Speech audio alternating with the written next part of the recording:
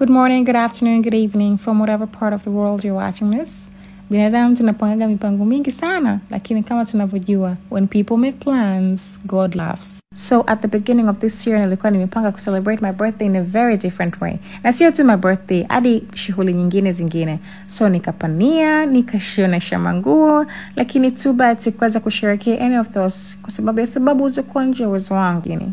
Anyways, nimejifunza kwamba ninapopata chance kuishi leo yangu natakiwa niishi leo yangu kwa kikomo. And I should appreciate the big things in life kama uzima, afya, lakini pia uzuri wangu, macho yangu, ngozi yangu, body langu.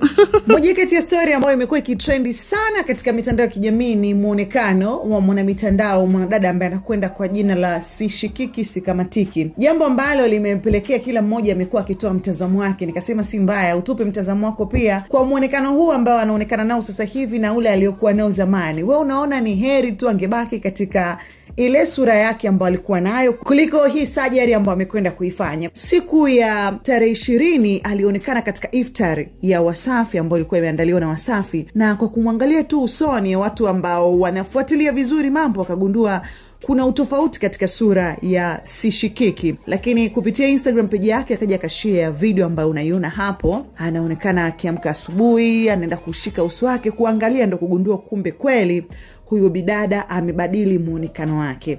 Amekuwa na pua fulani hivi, na kikubwa zaidi ambacho kinaonekana kwenye sura yake atakuwa amebadilisha pua. Kuna comment moja nimeiona ikanichekesha, inasema kwamba kwenye paka hayupo na kwenye mbwa bado hajafika. Yani ni mtu fulani ambaye yupo hapo. Yani amekuwa na sura hapo katikati kwamba anamfananisha na paka, kwenye mbwa bado hajaingia kabisa. Sasa ana sura gani? Baada ya kuona watu wengi katika mitandao wakisema muonekano wake na wengi wakiubedha kwa sababu wengi hawajavutiwa na kile alichokifanya, alikuja katika Instagram page yake akashare picha tena zingine akiwa katika muonekano huu mpya. Lakini watu wanadai kama kweli ameamua kubadili muonekano, mbona bado tena anapaka makeup, anaweka mafilter?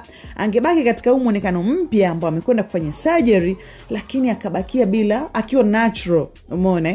Sasa hapa alikuja akaposti picha 3 na kuandika kwamba siku zote fanya kile ambacho unapenda wewe na sio kile atakachokuambia mtu ambaye hujaja naye duniani. Bei za bando za simu zimepungua sasa, ishakuwa shida. Badala ya kuongeza bajeti ya maharage nyumbani, mnahangaika na mtu asiyekula maharagwe.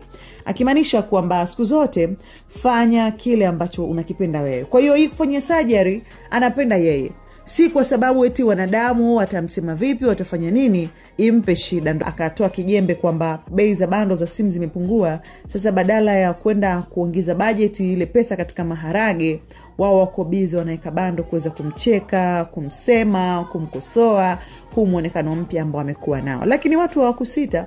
Hata hapo katika peji yake walimfuata wakamwambia kwa kweli hauvutii, umekuwa na sura mbaya, umekuwa na pua sijui kama nini, wenye kumtumia vistika vile emoji kwamba umekuwa kama mnyama huyu. Yani kwa kweli watu wengi wamekuwa wakimsema havutii. Yani muonekano wake huu mpya umekuwa wa tofauti sana ambao watu wengi haujawavutia. Je, ni kweli na wewe katika kutazama unaona amekuwa kama ambavyo wengi wanasema? Niliona ushauri ambao aliwahi kutoa siku moja dada wa taifa Mange Kimambi. Alisema kwamba fanya surgery sehemu nyingi za mwili wako, lakini usifanye usoni, kwa sababu hizo sehemu zingine unaweza kuvaa nguo ukazifunika. Ni vipi uso wako una uwezo kuufunika? Yani ukawa labda maisha yako yote wewe ni wa kuvaa kitu chenye kufunika uso, maski labda, ili usiweze kuonekana kama ukikosewa, kwa sababu sehemu zingine ukikosewa utastiri na nguo, maisha mengine yataendelea. Ikumbuke kwamba si mara ya kwanza kwa Sishikiki kufanya surgery. Hata shape yake alionayo ile, kwa wanaomjua huko nyuma wanadai kwamba hakuwa vile, ni shape ambayo ameipata baada ya kufanya surgery. Kwa hiyo ni vitu ambavyo kwake amezoea. Sasa ni upi mtazamo wako katika hili? Acha comment yako sehemu ya comments.